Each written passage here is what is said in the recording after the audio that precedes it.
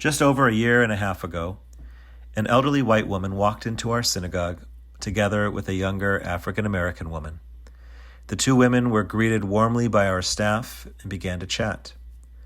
The elderly woman introduced herself, as one member of our staff asked the younger African-American woman if she was the elderly woman's aide. "No," she responded, "I am her friend." The two had come for the interfaith prayer gathering following the Tree of Life attack in Pittsburgh, but they had come one day late and had missed the program. A few hours later, I received an email from the African-American woman introducing herself and telling me the story of what had happened in my synagogue earlier that day.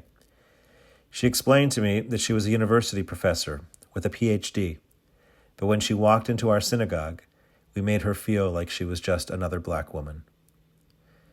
The next week, the TCS member who greeted the woman that day came with me to visit the professor in her home. We spent a good portion of the afternoon sitting and sharing and just getting to know each other. She told us her family's story, going back a few generations, including her personal struggles with racism and discrimination. Before leaving, our staff member asked for personal forgiveness, and I asked for forgiveness on behalf of the synagogue. Forgiveness was granted. It was a good ending to an otherwise upsetting and uncomfortable story, and it was a powerful reminder that we all have work to do. I've been thinking about this incident over the past few weeks, and especially today in celebration of Juneteenth. Like many of you, I imagine, I've been learning more about Juneteenth, which is the day Major General Gordon Granger arrived in Galveston, Texas in 1865, with the news that the war had ended and the enslaved were now free, more than 2 years after the Emancipation Proclamation. Texas was the last stronghold of chattel slavery in the former Confederacy.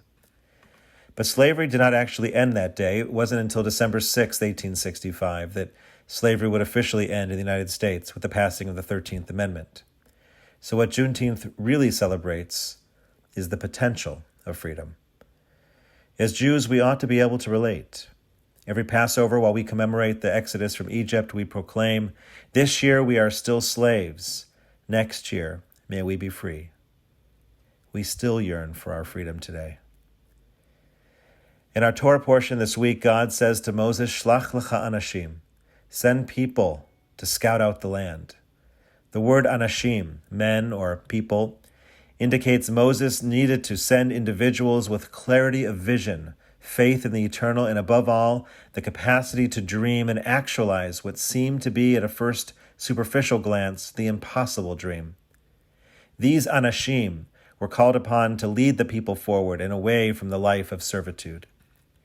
To obtain true freedom for all people takes anashim, real leadership of those who not only know how to dream, but will work to make those dreams a reality.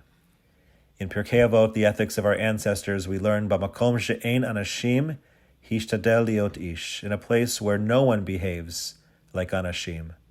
We must strive to be human. Shabbat shalom.